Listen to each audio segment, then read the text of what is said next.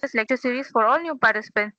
The Indian Society of Criminology was established in 1970 at the Department of Criminology, University of Madras, with the objective to advance the study and application of criminology and allied sciences.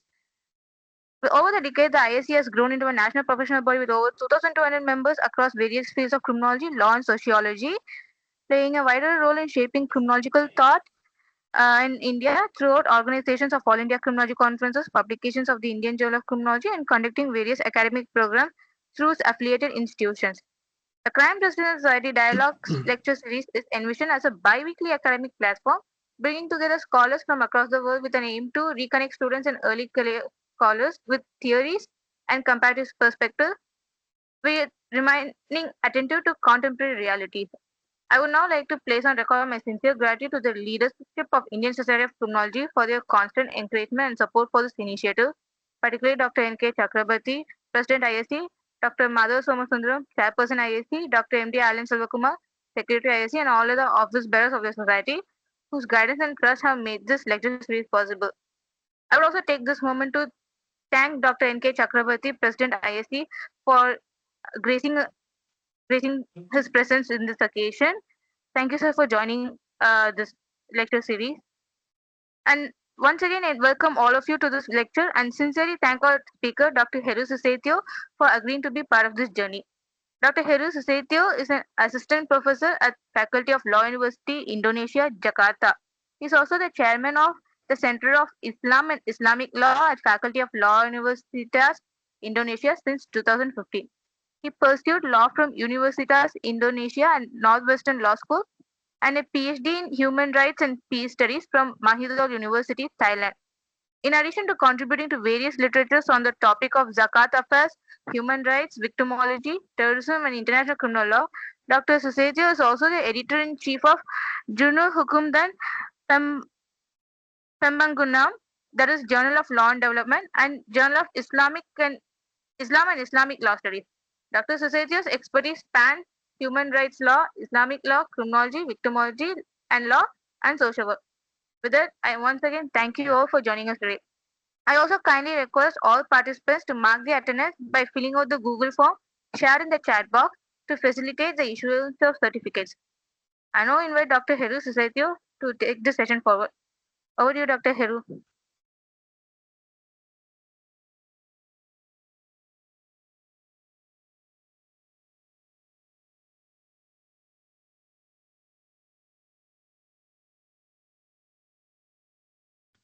Okay, good morning, everyone. Dearest professor and colleagues, distinguished participant of the in the Society of Criminology session today. I'm very happy to be here. I'm very honored to be here. My name is Professor Heru Susetio. I'm a professor of law at Faculty of Law Indonesia in Jakarta, Indonesia. I'm very happy that I was invited to be speaker at this good opportunity. And I like to share my research topic on analysis of social network of the young and actually youngster who actually involved in terrorism cases in Indonesia. And I'm sorry they cannot come in person to India, even though I come frequently to India. Even I visited Tamil Nadu last year and also Guwahati in Assam for attending and participating in victimology conference and criminology conference in India. Dear colleagues and professor and also student of the Indian Society of Criminology, please let me share my PowerPoint in regard to our research on terrorism in Indonesia. Just a moment.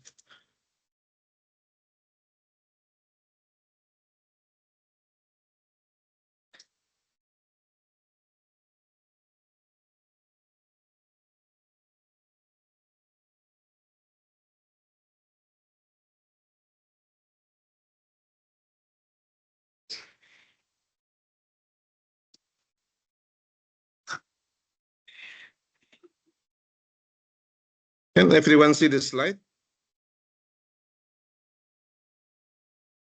Yes, sir, we can see the slide. Can you see this slide? Yes, sir, the slide is visible. Yeah, visible, yes. Okay,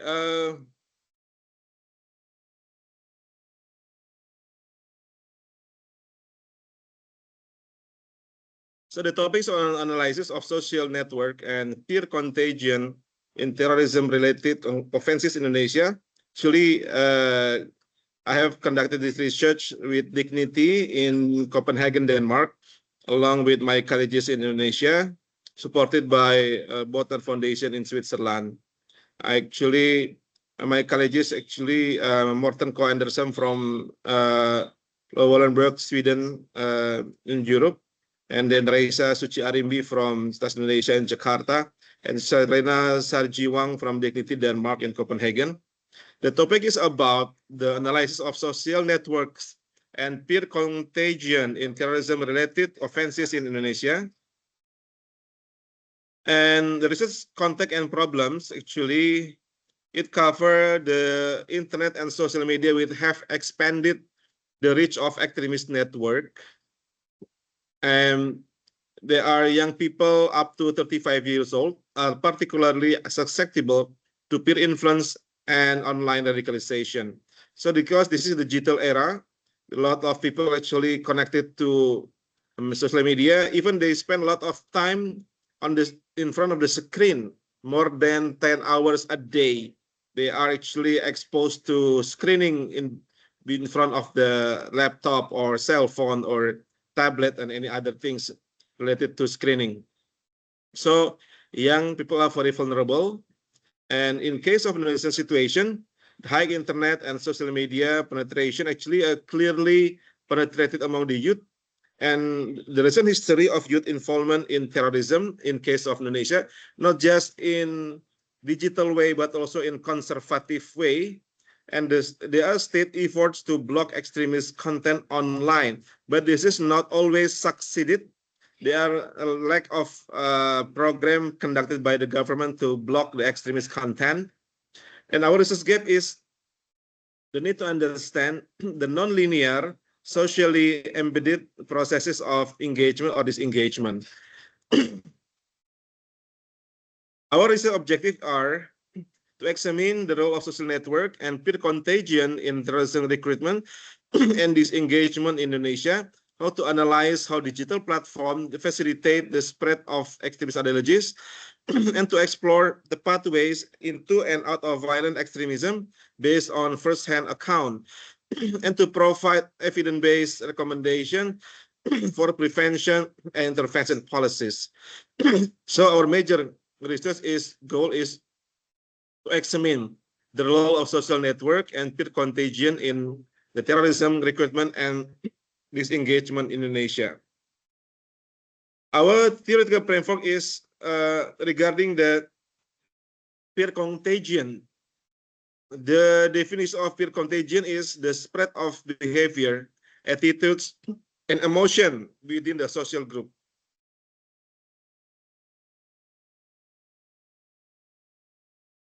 And then peer contagion is driven by explicit social feedback and user interface interaction on social media. The key mechanism is ideological deviancy training, ordinary social exchanges, the storytelling that affirm radicalized viewpoints, and there is network effect. Close WhatsApp or a Telegram group intensify bonding by insulating members from alternative narrative. The methodology actually the approach is interpretive phenomenological analysis or IPA to explore subjective individual experiences. Participants are among 20 up to 30 former convicted terrorist person, 19 males, 1 female, age range 17 to 35 years, affiliation ISIS, or we actually situated in Lebanon or currently is Syria in the Middle East, and JAD or JAD, Jamaah Ansarut Daulah, and MIT or Mujahidin Indonesia Timur or the Mujahidin of the Fighters of East Indonesia.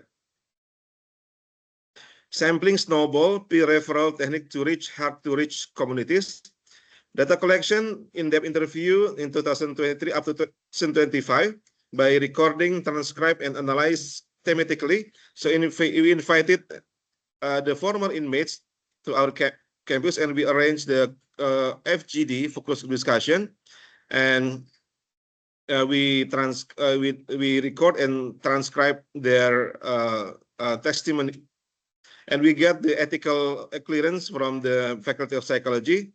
We get the informed consent, and so this is confidentiality maintained. Our key findings are the recruitment pathway. The pipeline is by user, distributor, content creator, and action. The user or investigator, the self-driven search for religious or political content online. The algorithms amplify extremist content, rabbit hole effect. Distributor or engager to share extremist content to gain validation within a closed group. So right now, validation is very important in social media for young people. They need any validation in social media sometimes by doing the very bad things or by committing crimes, fighting against a youngster to get validation through social media. And in many cases, not only they committed crime, but they also make it online, make it viral, like make it live streaming while they doing the crime. They also make it online through Facebook or through Instagram and live streaming, and to develop sense of purpose and in-group belonging. Actually, I need to drink this moment.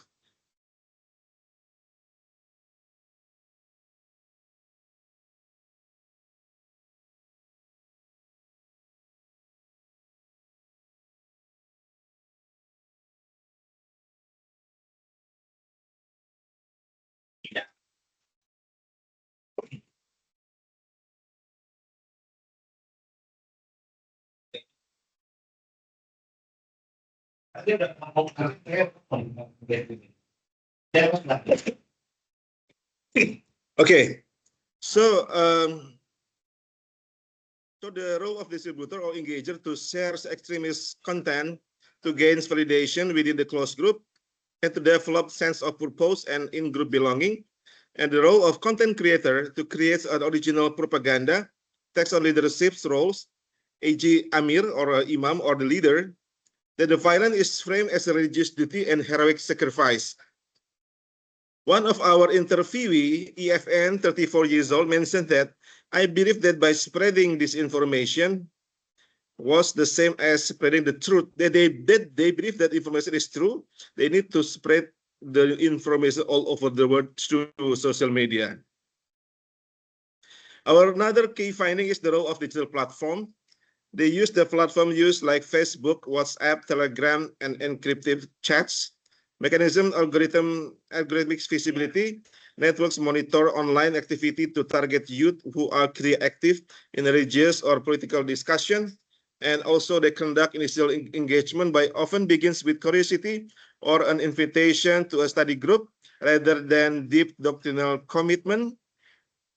The third one is emotional rewards. Digital platform provide likes, validation, and a sense of intimacy within secretive community. So this is the actually very common needs of the young people right now. They need validation. So more of you likes or follow or subscribe, like, follow, subscribe the channel.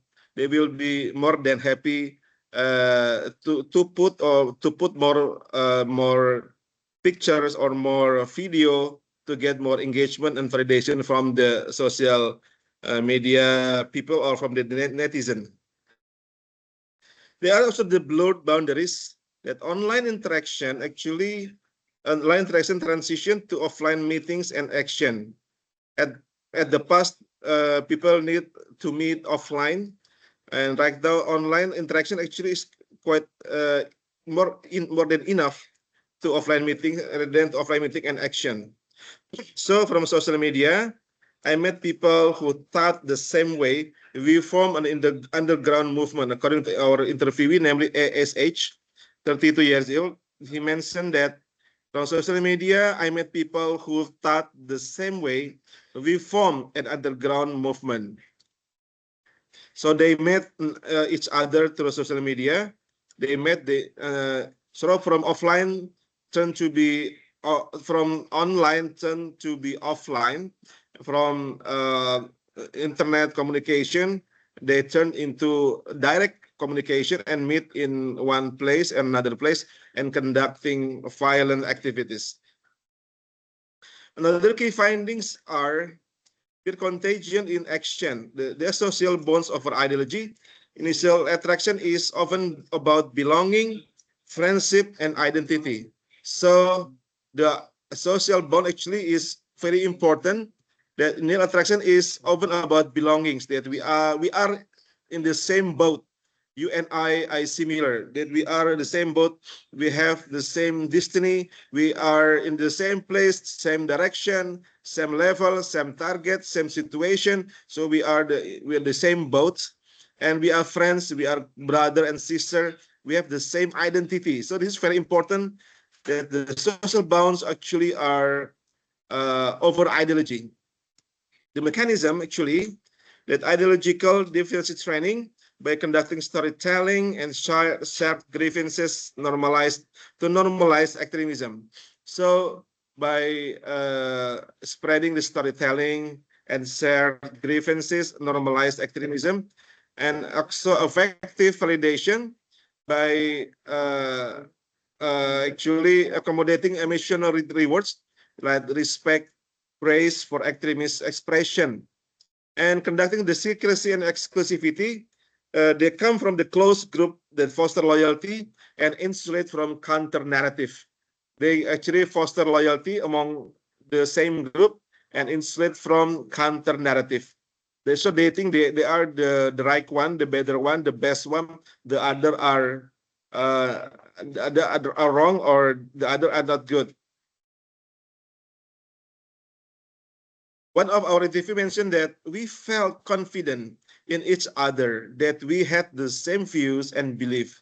According to our interviewee, we felt confidence in each other, that we had the same view and belief.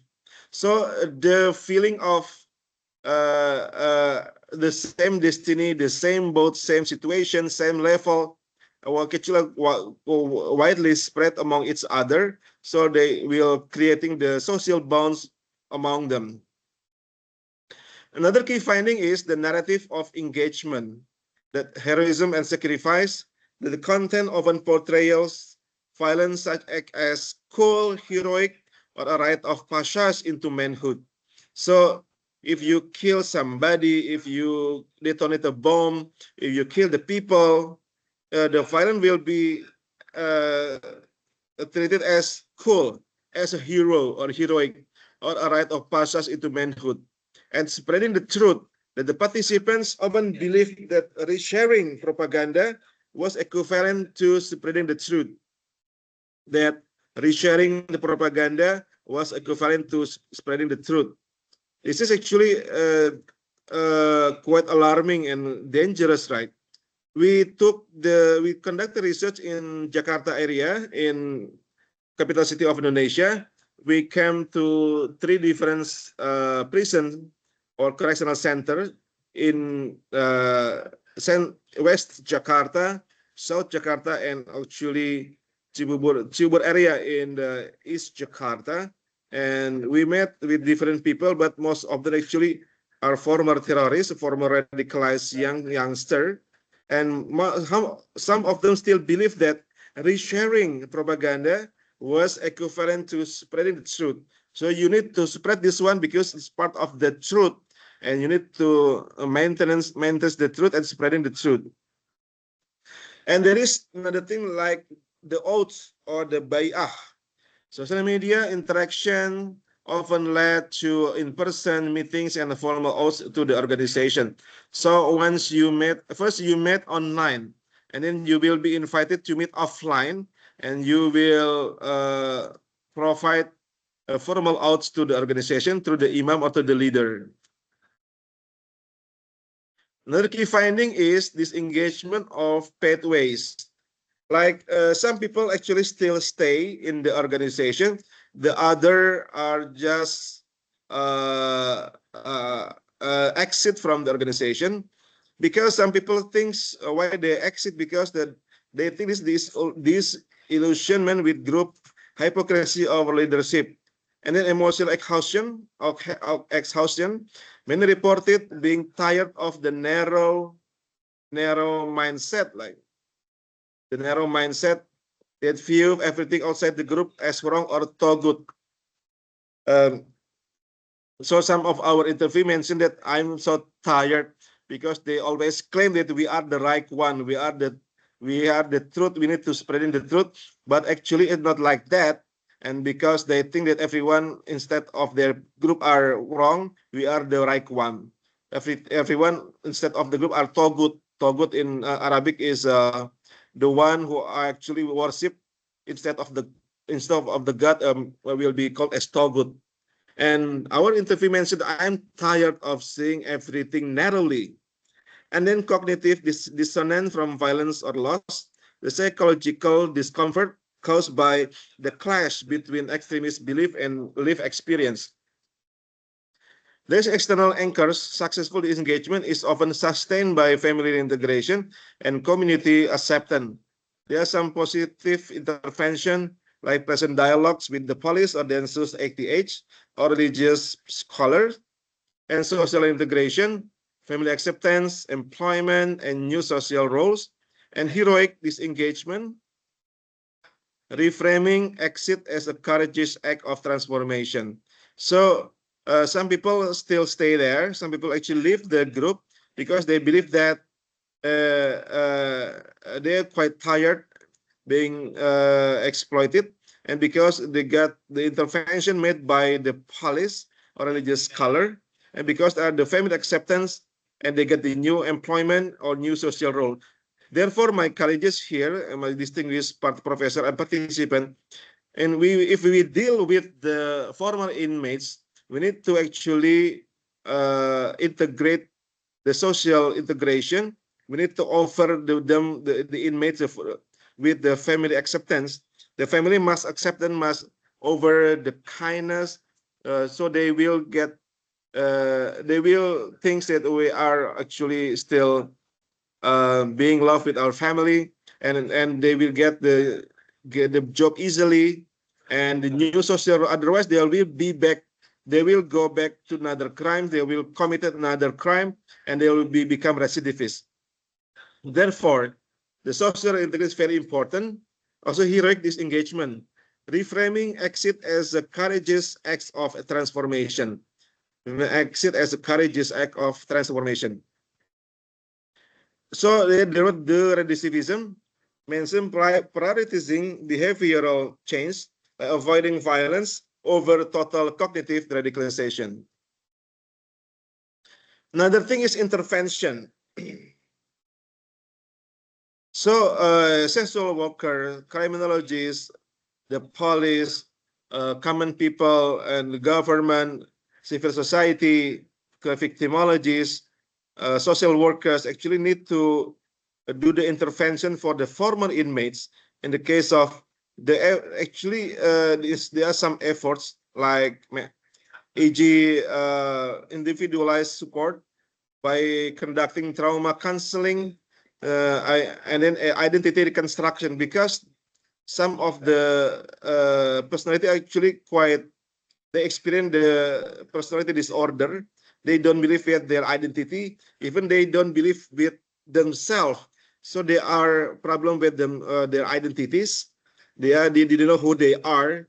They don't know who they are. So we need to provide the trauma counseling and reconstructing their identity. Another thing is additionally is family and community reintegration by providing social acceptance, family reunification, rebuilding social ties, and holistic programs such education, vocational training, religious engagement, re-engagement, and social cohesion. And then digital literacy, provide critical skill to counter online extremism, narrative, and fostering digital resilience.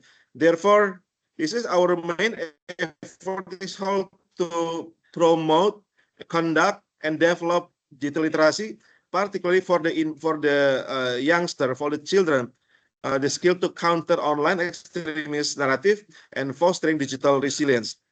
And then gender-sensitive design, inclusive of women and challenging gender recruitment narrative, because not just male or men, many women also involved in terrorism, in radicalist movement. Therefore, we need to include women because they are also can be a victim, can be a perpetrator of terrorism at the same time.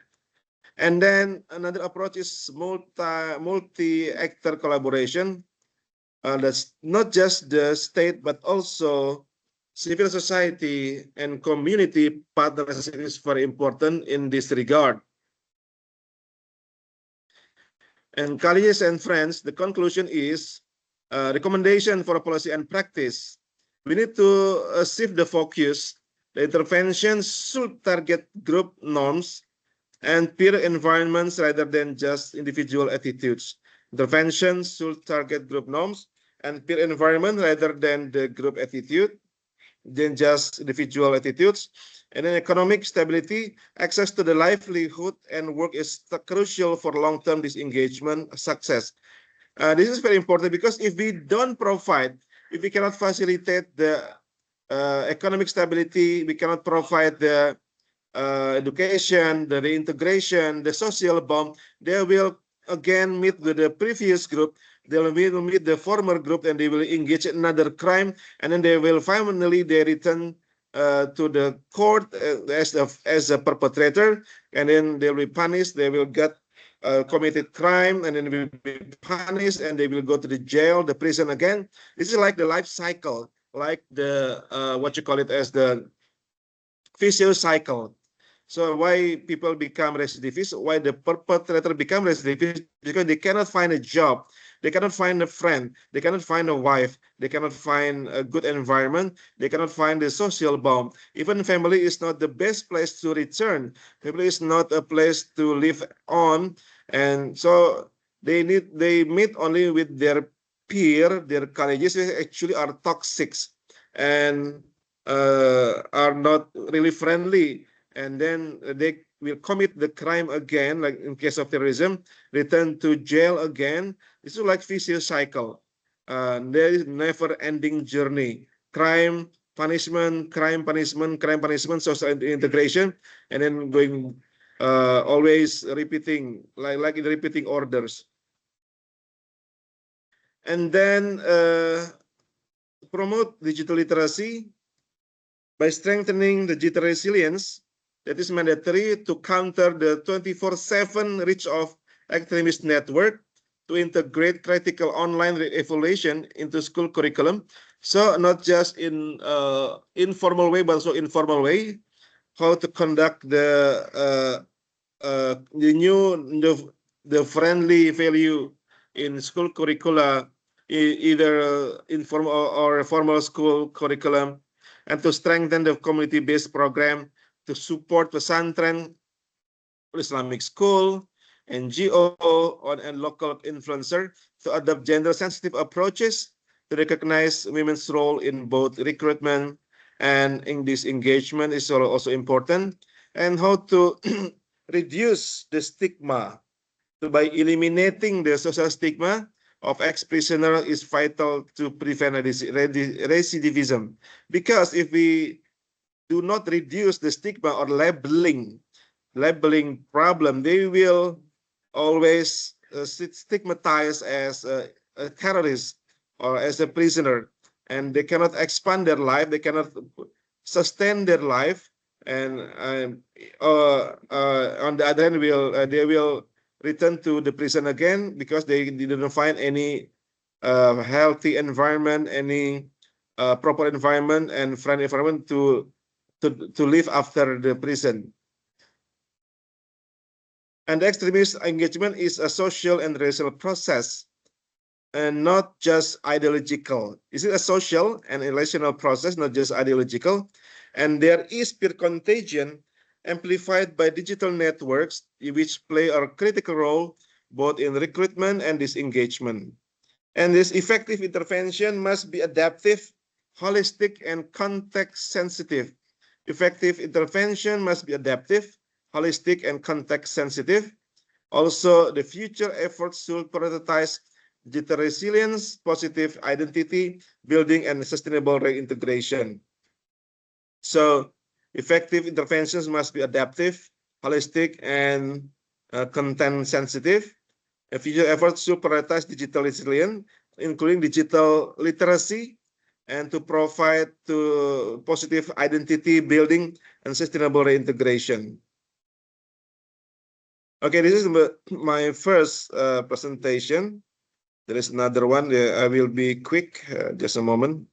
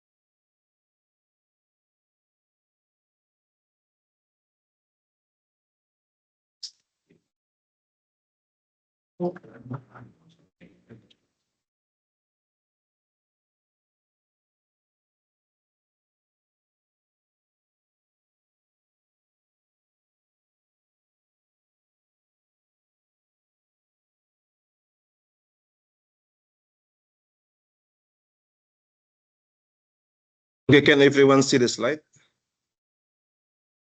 Yes, sir, we can see the slide. Yeah, this is my second slide. Thank you for potential intervention that we can make at correctional centers facilities for the young people or youngster and teenager. Because in many cases, children became children conflict with law because family and peer environment, they play a big role, such as authoritarian parenting or permissive parenting that triggers lying behavior and skipping school. And thus another thing is a peer pressure, such as getting into fight to maintain self-esteem makes the situation even worse. And there's family neglect is also a major factor in the increase in the cases. So peer pressure, family and peer environment, as well as family neglect is also a major factor in the increase in cases. Factors that lead children to be children in conflict with laws in case of Indonesian situation, social environment, the peer group and peer pressure, family bonding, family neglect, psychological and individual factors, the poverty that leads to the crime, access to drug and alcohol is very important. And also the social network that I mentioned before, the role of social media is very important. While children become as children in conflict with law because the pattern of parenting style, mistake in parental supervision, children's in activities with parents are minimum, opportunity, environment, and intention. In case of Indonesia, the Special Development Center for Children, actually the number of the special children's development institution recorded at 33 all over Indonesia, based on data from the Directorate General of Correction and the Ministry of Law and Human Rights. And some of them actually accommodating children who commit the terrorism. This Center of Correctional Center for Children spread across various provinces to accommodate children in conflict with the law who are serving criminal offenses.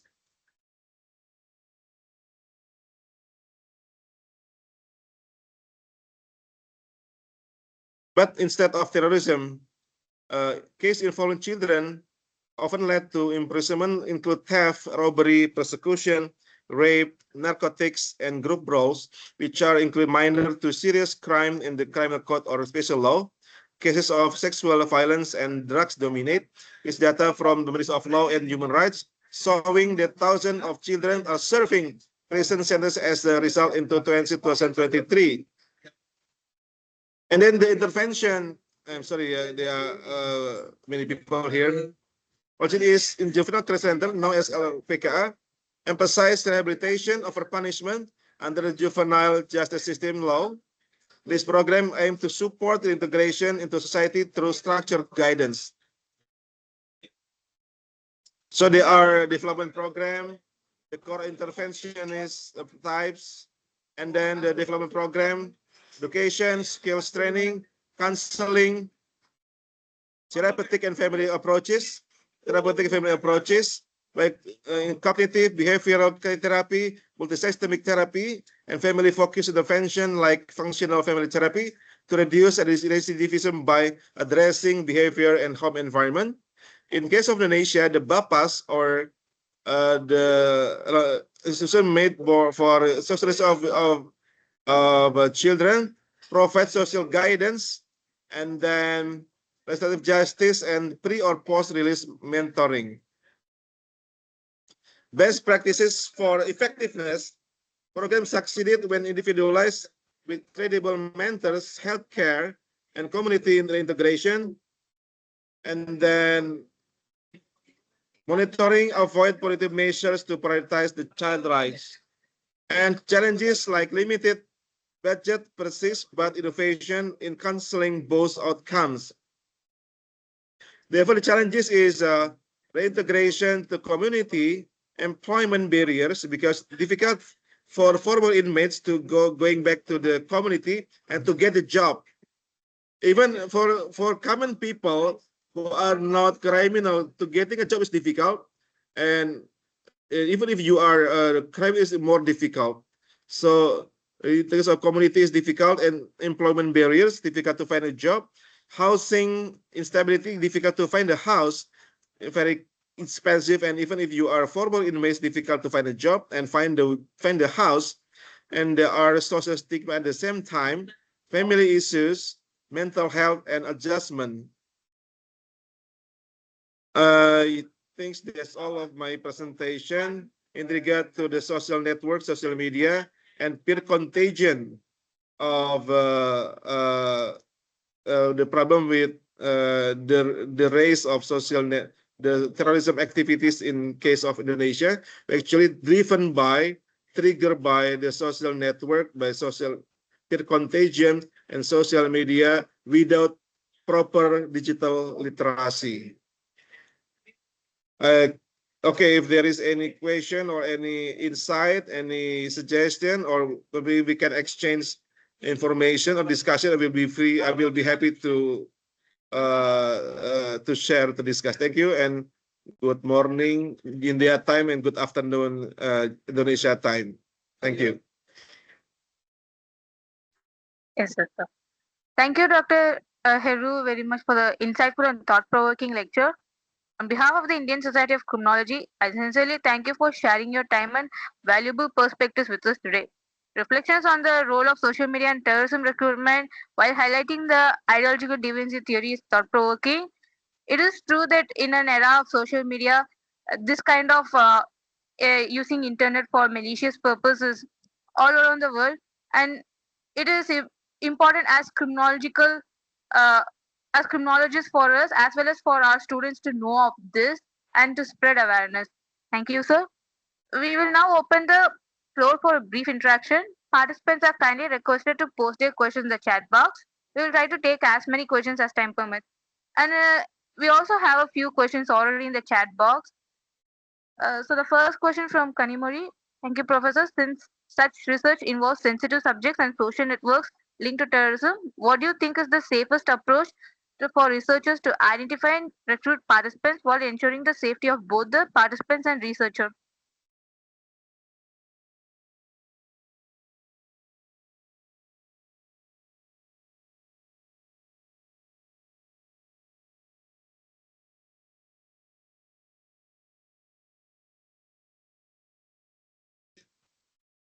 since research involves sensitive subject and social network linked to terrorism, do you think this safest approach for researchers to identify and recruit participants while ensuring the safety of both the participant and the researcher?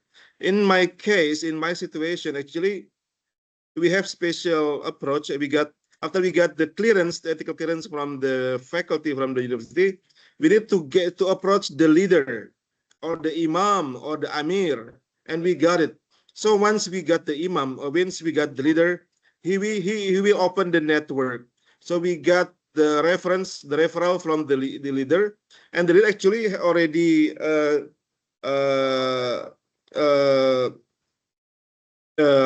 being a good guy again. He was the former terrorist, but already become the good guy, and he promised he will not do the terrorism again. But he is still the leader, so he opened the gate, opened the door for us to meet with his former subordinates, his former members.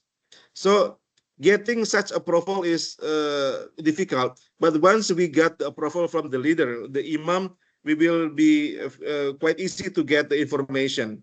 But we still keep the secrecy, and we must be very cautious, because even though they are former terrorists, doesn't mean they are already clean. Some of them are still radical. Some of them are still radical, are still difficult to talk. Therefore, we need to have the special skill how to talk with them, how to behave in front of them. But the most important thing, we need to get approval from the leader, because if he referred to his member, then we can open the door, open the gate for discussion and interaction. Otherwise, it still be difficult. And we need to also ensure our safety as well. Because if we don't, we need to because they are former inmates and they spend like 5 years, 4 years in the jail, then we need to consider the best approach, and we need to look like a friend for them. Don't be too formal, and don't behave like an agent or like a government official, but we look like their colleagues. Or therefore, we need to read a lot. We need to understand their situation. We need to understand their situation. We need to understand their position. Therefore, before I met with the inmates, the former terrorism, I read the files of them. I read the file, and then I learned some of the specific languages used by them, including the religious language. So therefore, I can approach them. And in other situation, I approach them with the local language, not national language, because there are 500 different languages in Indonesia. So if they come from a specific ethnic, I will talk in their ethnic language, not just national language. So because individual approach is very important, we cannot generalize the one, or people are coming from the same ethnic. This is actually not wise. We need to find the best way to approach them. Okay, the rabbit hole effect actually is first let me continue with the rabbit hole effect. Like rabbit hole is like if one rabbit and then jump into the hole, then the other will follow. But it look like a trap. Look like a trap, right? Because a rabbit actually they didn't really know that they will be trapped. They will be trapped into the hole, and they didn't aware about that. They are not aware about that. And so once the rabbit trapped into the hole, the other one will follow, and it's not easy for them to going out from the hole because the hole actually made a very specific hole that they cannot easily getting out from the hole.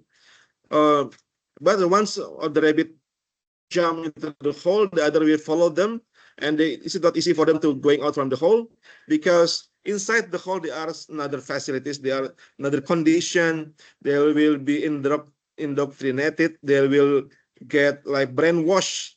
So brainwashing is another challenge inside the rabbit hole.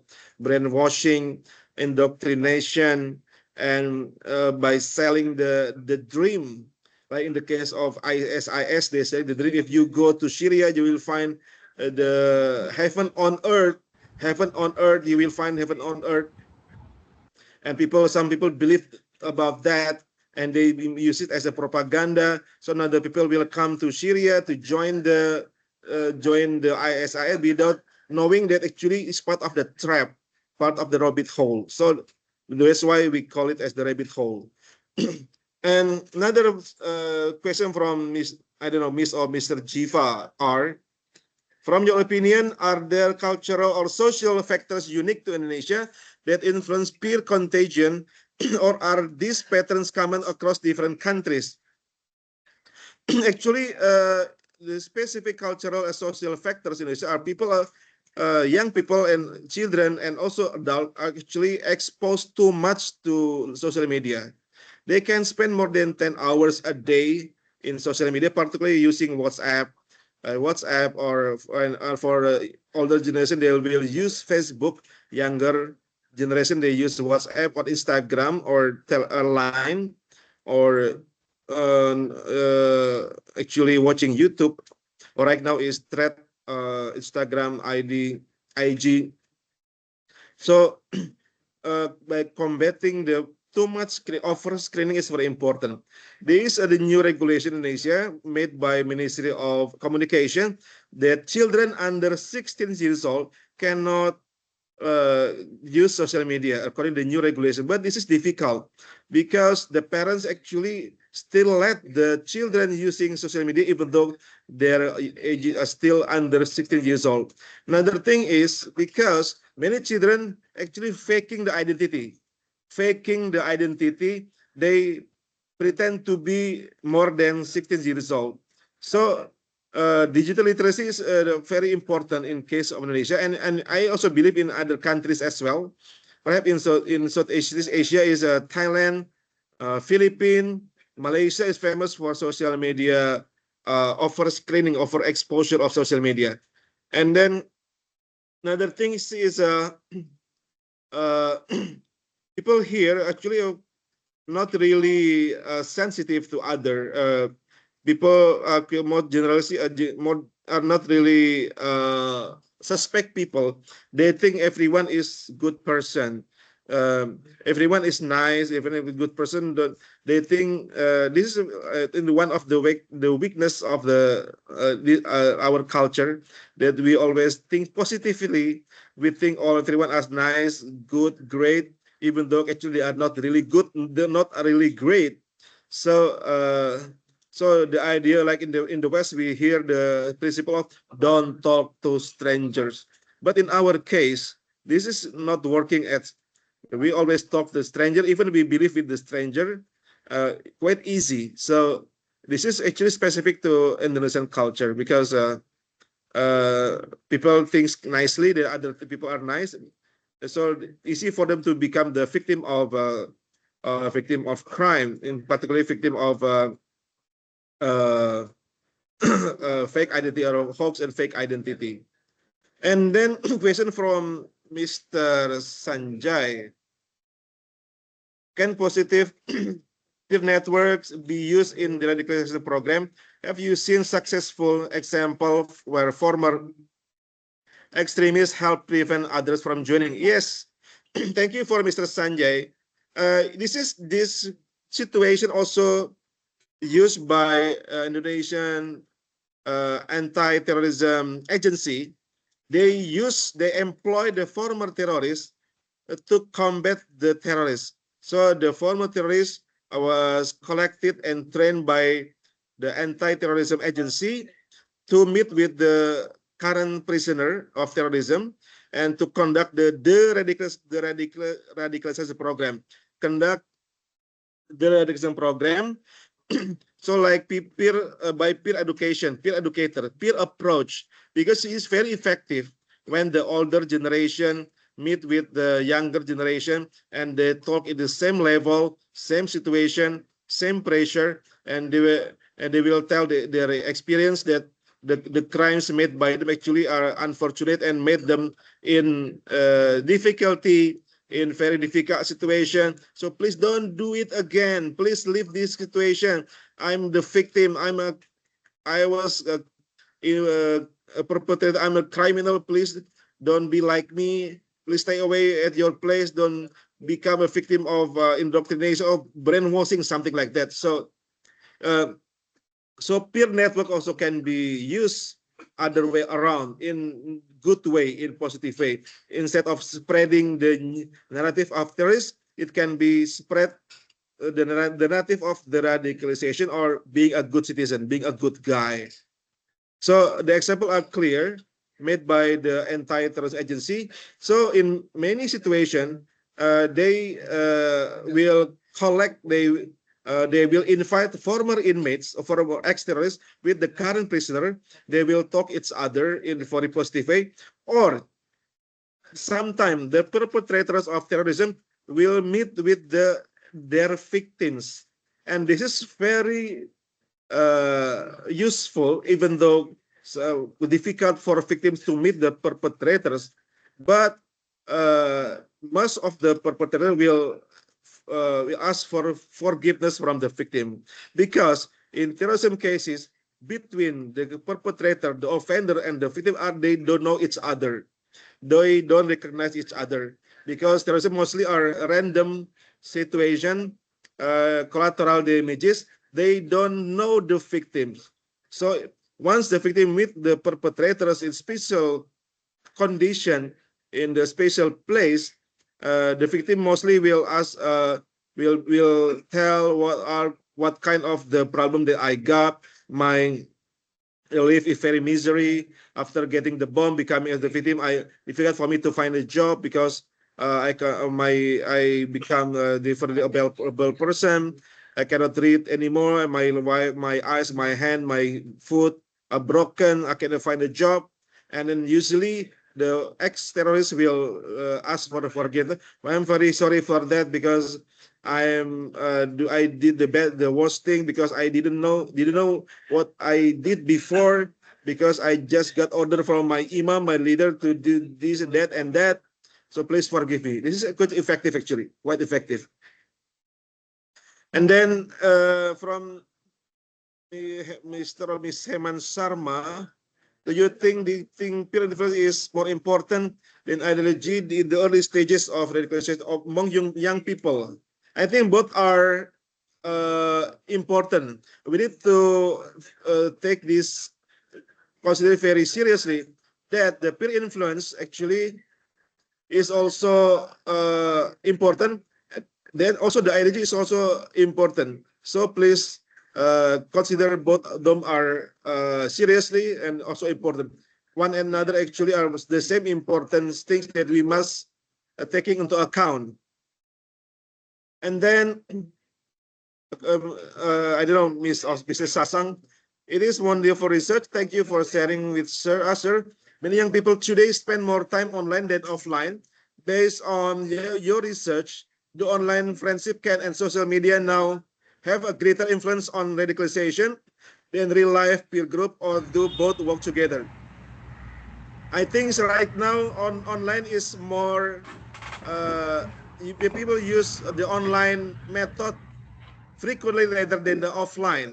So we need to be taking into account that the online is very serious. So this one, very very serious one. I think I need to change the place, because many people stay here. Just a moment. Belum selesai.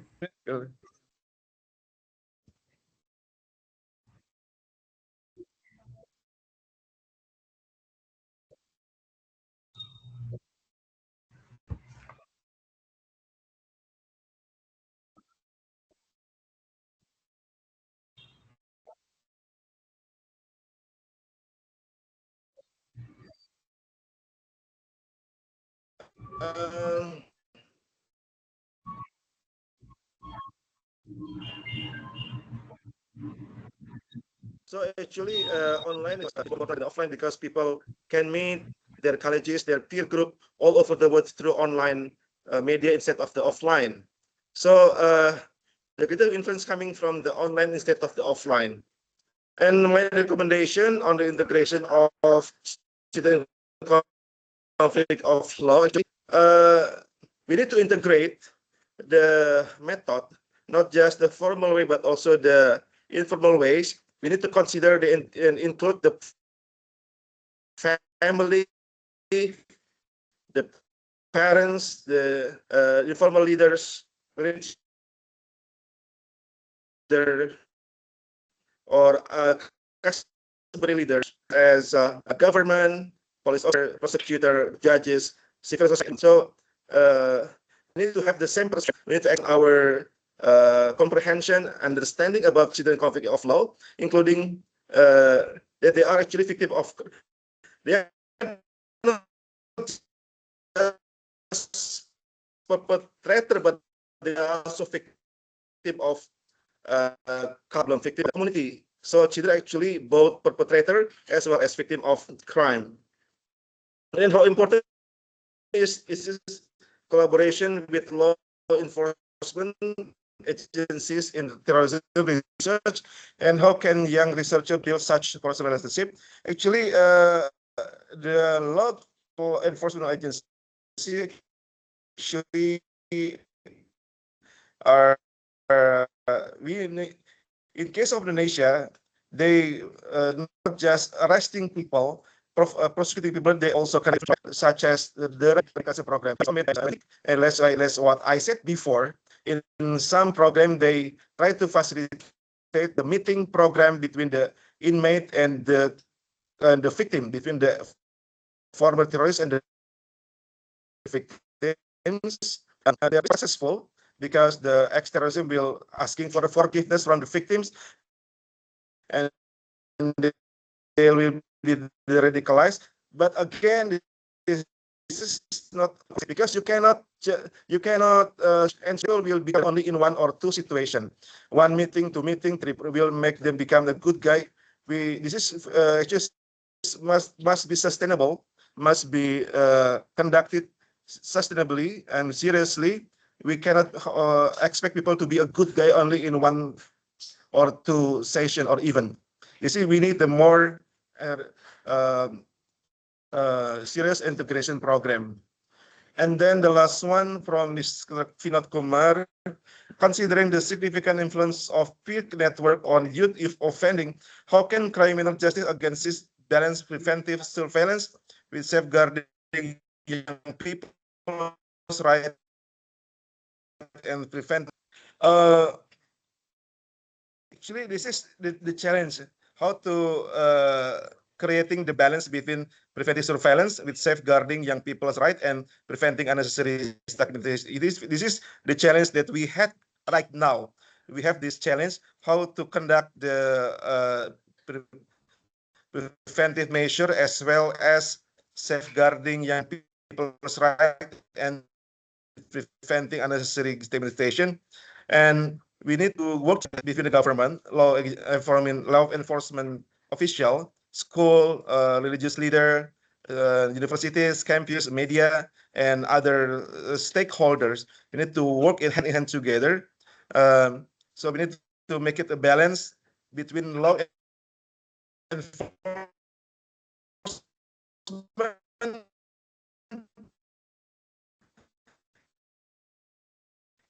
and then the rights, the human rights, literacy, to the awareness of young everyone, to limit the use of the social media. Even if they use the social media, they will use it wisely. They will get the proper digital literacy.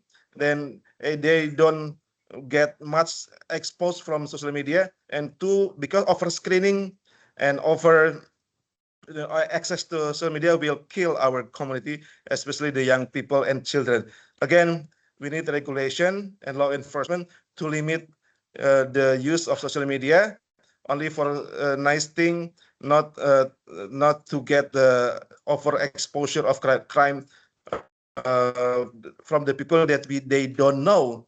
because many of the cybercrime actually conducted in very secrecy and fake by conducting fake identity, hoax news, fake news, and other things. But the impact are very tangible, namely people become radicalized, become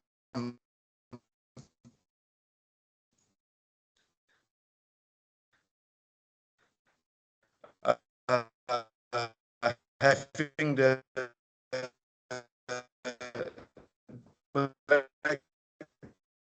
back, bad mindset, and finally they conduct all of my plans and ask the question, the meeting chat. Hello? Any other comments? That seems to be the last question. I thank every one of the audience members for the questions, and I thank Dr. Heru for his patient response to all questions. And now, as we conclude today's session of Crime, Justice, and Society Dialogues, I would like to formally place on record our heartfelt thanks to our speaker, Dr. Heru Susetio, for delivering such an enriching lecture. I would also like to extend my sincere gratitude to the leadership and office bearers of the Indian Society of Criminology for their constant encouragement and support in making this lecture series possible. My thanks also goes to all the participants whose presence and active engagement has made this session vibrant and purposeful. We are delighted to share the upcoming volumes of the series featuring distinguished scholars from across institutes. Volume 9 will be presided by Dr. Hani Matiani, National Forensic Science University, and Volume 10 by Dr. Mohsen Kalantari, University of Tehran. We look forward to your continued participation in the forthcoming dialogues, which promises to broaden perspective and deepen critical engagement with contemporary criminological issues. I kindly request all of you to regularly visit the ISC website and follow our official social media handles for announcement, registration details, and updates regarding future sessions. Once again, thank you all for being part of this volume. We look forward to seeing you in the next volume of Crime, Justice, and Society Dialogues. Thank you. Thank you so much, and good afternoon from Jakarta, Indonesia. See you again in other opportunity. Good morning, good afternoon, and thank you.